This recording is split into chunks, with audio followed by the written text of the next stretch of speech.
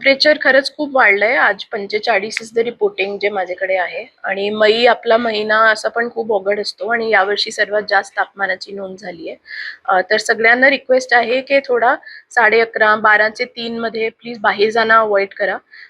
Dehydration नाही होणार यामुळे खूप काळजी घ्या. खूप पाणी आणि एस्पेशली ORS आणि जे हायड्रेशनचे आपले निंबू पाणी किंवा हे सगळं असतो तर हायड्रेटेड पण ठेवा. नगरपालिकेमध्ये आणि ग्रामपंचायतीमध्ये आता आम्ही इन्स्ट्रक्शन्स इश्यू करत आहोत उष्माघात कक्षांसाठी.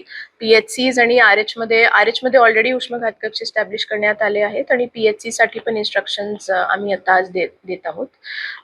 सोबतच आता माझी इनफॅक्ट जस्ट एक मीटिंग झाली जिथे मला डॉक्टर सांगत होते की भरपूर न्यू बेबीज जे आहेत त्यांचं ऑलमोस्ट 30% वेट लॉस होत आहे बिकॉज ते घरी जातात आणि खूप टेम्परेचर वाढत आहे तर वॉटर लॉस खूप जास्त आहे. तर त्यामुळे नवीन बेबीजनी खूप मोठी काळजी घ्यायची की दूध आईचं जे ते पित आहेत ते रेग्युलरली प्रत्येक 2 तासात त्यांना ते दूध पण पिलं पाहिजे आणि युरिनचं मॉनिटरिंग पण केलं पाहिजे की दिवसात कमीत कमी 8 ते 10 त्यांचं युरिन पास व्हायला पाहिजे. डेली त्यांचं वेट मॉनिटरिंग व्यवस्थित झालं पाहिजे. तर ज्या ज्या घरात छोटासा एक वेइंगचं मशीन नाहीये त्यांची रिक्वेस्ट आहे की तुम्ही स्वतःचा वेट केला आणि बाळाला घेऊन वेट केला, त्याचा मायनस केला की बाळाचं वेट आपल्याला कळेल.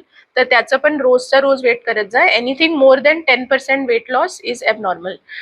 तर तसं जर आहे तर हॉस्पिटलमध्ये जाऊन डेफिनेटली दाखवलं पाहिजे आणि कधी पण जरा पण सिम्पटम्स आले डिहायड्रेशनचे तर पहिली गोष्ट जाऊन PHC, RH किंवा सिव्हिल हॉस्पिटलमध्ये आपण येऊ शकता. आणि डिस्ट्रिक्टची पण एक डिझास्टर मॅनेजमेंटची हेल्पलाईन आहे. ती हेल्पलाईन पण आम्ही इथे फ्लॅश करतो. प्रत्येक तालुकाचे पण डिझास्टर मॅनेजमेंट हेल्पलाईनचे नंबर्स आहेत आणि डिस्ट्रिक्टचे पण नंबर आहे. आपल्याला कधी पण कोणता पण ऍक्सिडेंट दिसला किंवा कोणते दुसरे रिलेटिव्हसाठी किंवा कोणते दुसऱ्यांसाठी मदतची आवश्यकता आहे तर कृपया करून या नंबरवर आम्हाला त्वरित कॉन्टॅक्ट करा.